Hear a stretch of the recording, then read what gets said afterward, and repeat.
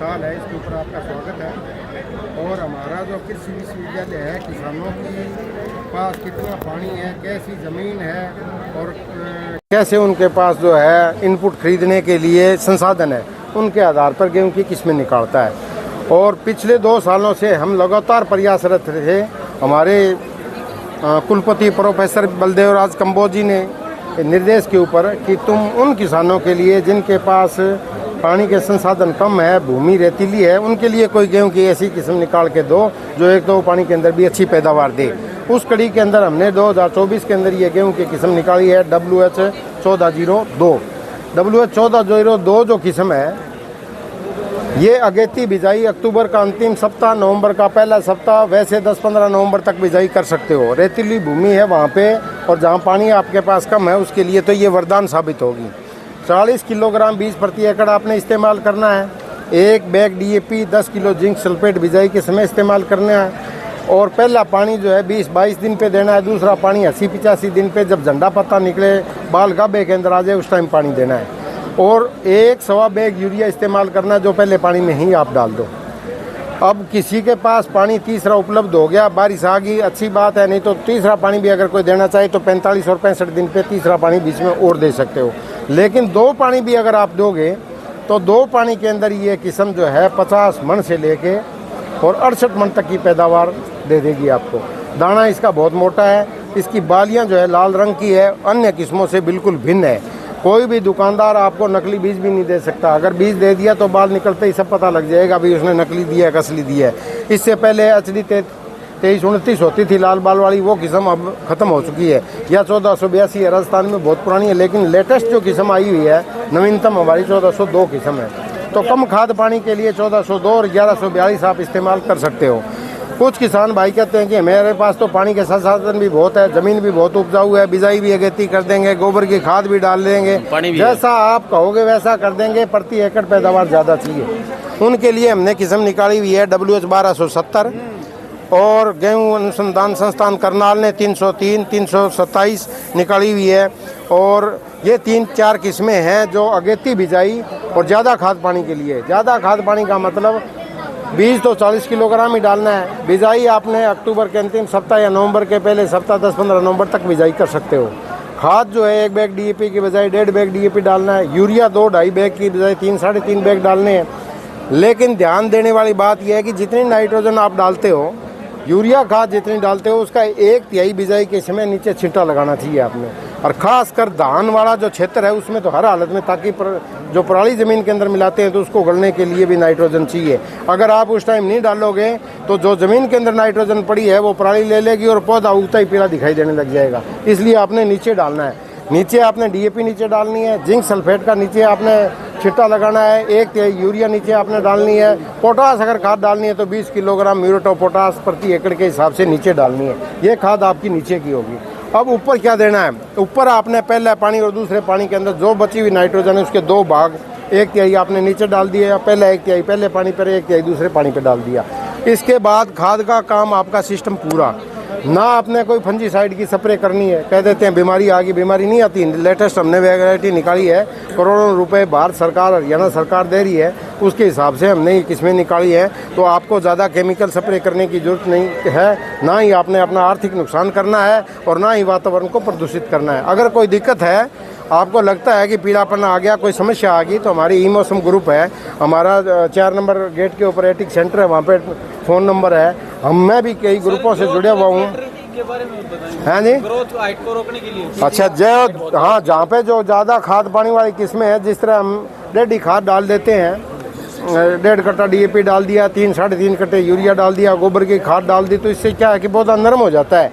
तो उसको गिरने से बचाने के लिए हमने ग्रोथ रेगुलेटर का इस्तेमाल करते हैं। लियोसिन नाम का आता है। 400 मिलीलीटर दवाई 200 लीटर पानी में प्रति एकड़ स्प्रे करनी है। कब करनी है? पहली स्प्रे करनी है 50-55 दिन पर, जब तने की पहली गांठ बनती है उस टाइम। दूसरी स्प्रे करनी है 80-85 दिन पे, जब झंडा पत्ता निकलता है, बाल गाभे में आ जाए। 2 स्प्रे करने से क्या होगा? ये सामान्य बिजाई के हिसाब से है, जिसके अंदर हमने स्प्रे नहीं कर रखी 1270, और इसके अंदर हमने स्प्रे कर रखी, तो इसकी हाइट 8-10 सेंटीमीटर घट जाती है। तना अंदर से होलो जो थोथा होता है वो लिग्निशन धागे बन के भर जाता है। गिरेगा नहीं तो आपकी पैदावार ज़्यादा होगी। औसतन पैदावार जो है 75-76 मन से लेके 90 मन तक की पैदावार दे देती हैं। ये सारी किस्में चाहे 303 हो, चाहे 327 हो, चाहे 1270 हो, चाहे 187 हो, चाहे PBW 872 हो, ये सारी ज़्यादा पैदावार देने वाली किस्में हैं। अब कुछ किसान भाई कहते हैं कि हमने तो सामान्य खाद पानी देना है सामान्य बिजाई के लिए, उसके लिए DBW 222 नंबर किस्म है, WH 1105 है, WH 1184 है, PBW 826 है, HD 3385 है, 3386 है। ये 6-7 किस्में हैं जो 5 नवंबर से लेके पूरे नवंबर के महीने में आप बिजाई कर सकते हो। 1 bag DAP, 10 kilo zinc sulphate, 2-2.5 bag urea, ज़्यादा खाद नहीं इस्तेमाल करनी, और इससे आपकी औसतन पैदावार 60 मन से लेके 70-72 मन तक निकल जाती है। NPK 1.5 कट्टा गेर दे दो। हाँ, आपको अगर DAP नहीं मिलता तो उसकी एवज में आप 1 बैग DAP के कंपैरिजन में 1.5 बैग NPK इस्तेमाल आप 12-32-16 जो है उसको इस्तेमाल कर सकते हो। पोटाश की पोटाश अपने आप ही डल गया उसके अंदर साथ। अब कई किसान भाई क्या दिक्कत करते हैं कि जिस टाइम खरपतवार नियंत्रण का इस्तेमाल करना होता है वो 30-35 दिन से पहले करना होता है। जिनके अंदर मंडूसी की ज़्यादा दिक्कत आ गई, धान वाला चक्कर है, वहाँ पे घास जड़ नहीं रहे, तो वहाँ पे आपको बिजाई के तुरंत बाद में 2 लीटर पेंडामेथिलीन, 60 ग्राम अवकीरा 200 लीटर पानी में घोल के 24 घंटे के अंदर अंदर आपने स्प्रे करनी है। उसके बाद 48 घंटे से पहले भी कर सकते हो, तो उससे आपका 60-70% जो है खरपतवार का नियंत्रण उसी टाइम हो जाएगा। अब उसके बाद पहला पानी आपने 20-22 दिन पे लगाया है, उसके बाद आप स्प्रे करोगे, चाहे चौड़ी पत्ती का है, संकरी पत्ती वाला है, 2-3 खरपतवार मिला के अगर हम बताते हैं तो वही मिलाओ, नहीं मत मिलाओ। मिलाते हो तो उससे जलने की समस्या आती है। और आपने 30-35 दिन पर करना। किसी कारणवश आपने बारिश आ गई, आपकी बादलवाई होगी, आप किसी तरीके से 30-35 दिन तक आप स्प्रे नहीं कर पाए, तो हर हाल में 40 से 45 दिन से पहले स्प्रे आपने कंप्लीट कर लेनी है। उसके बाद अगर कोई घास दिखाई देता है तो उसके लिए कोई स्प्रे नहीं करनी। स्प्रे करोगे तो क्या होगा, उसके अंदर बाल टेढ़ी मेढ़ी निकलेगी, बाल में से बाल निकल जाएगी। 60-65-70 दिन पे आपने स्प्रे कर दे तो बालियों के अंदर दाने नहीं पड़ेंगे, बांसपन आ जाएगा और बाली जो है खाली रह जाएगी, और आपकी पैदावार जहाँ 70-80 मन पैदावार होनी थी वहाँ 20 मन किले की भी नहीं निकलेगी। तो इन चीज़ों का बिल्कुल ध्यान रखना आपने।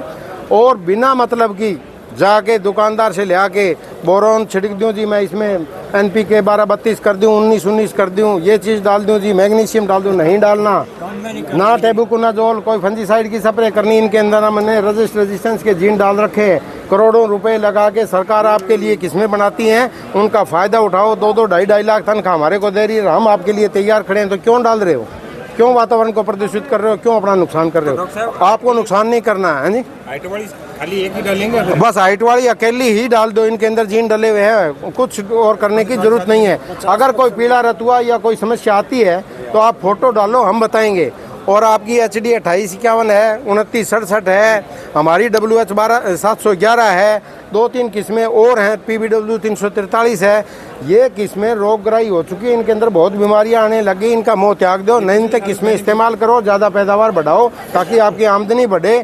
आमदनी बढ़ेगी तो हमारा हरियाणा कृषि विश्वविद्यालय का और हमारा वैज्ञानिकों की जो टीम है काम करती है, उसका जो है उद्देश्य भी सफल होगा। तो इन चीज़ों का ध्यान रखें। सीधी ही बात यह है, मैं बुढ़ापा आ गया। बिल्कुल, हाँ, इन किस्मों में अभी इनके आ गया तो बार बार उनका नहीं हो सकता। अब हमने एक नवीनतम किस्म C306 जो देसी खाने के अंदर हिंदुस्तान में सबसे बढ़िया है, लेकिन इस किस्म की दिक्कत यह है कि ज़्यादा बढ़ती है, गिरती है, लेकिन ज़्यादा पानी नहीं देने होते, 2 ही पानी देने हैं। खाद की मात्रा न के बराबर देनी है। देना चाहिए तो 20 किलोग्राम DAP नीचे डाल दो, ऊपर से गोबर की खाद से ही हो जाएगी। इसकी के लिए हमने सुधार करके WH 1306 एक नई किस्म और निकाली है। ये इसमें जो रोटी वाला गुण है वो काफ़ी हद तक इस किस्म के अंदर भी है। तो ये निकाली हमने दूसरे जोन के लिए। तमिलनाडु है, आपका कर्नाटका है, महाराष्ट्र, आंध्र प्रदेश, उस एरिया के लिए निकाली है। लेकिन इसको हम अपने यहाँ के लिए भी अगली साल जो है तजुर्बा हमने कर रखा है। पैदावार अगर ठीक देती है, क्यों थोड़ी हाइट ज़्यादा रहती है तो इसकी हाइट यहाँ ठीक रही और 50 मन तक की औसतन पैदावार ये दे देगी। और वहाँ पे तो 72 मन तक की प्रति एकड़ की इसने पैदावार दी है। तो अगर 50 मन हो जाती है और रोटी का गुण अच्छा है, खाने पीने के लिए अच्छी है, कम खाद में हो जाती है, तो हम अगले साल से इसका बीज भी किसानों को उपलब्ध कराएंगे, क्योंकि गुणवत्ता के ऊपर आजकल काम के लिए ज़्यादा दबाव है। हमारे कुलपति महोदय का भी बार बार जो यही निर्देश रहता है कि अच्छी गुणवत्ता वाली किस्में भी दो। C306 के बाद बहुत लंबे समय से कोई किस्म नहीं आई है, तो ये किस्म हम लेके आए हैं। इस किस्म के अंदर गुणवत्ता के हिसाब से ये अच्छी रहेगी। हो सकता है किसानों को अगले साल ये पसंद भी आए। थोड़ा बहुत बीज अगली साल हर हालत में किसानों को देंगे। धन्यवाद।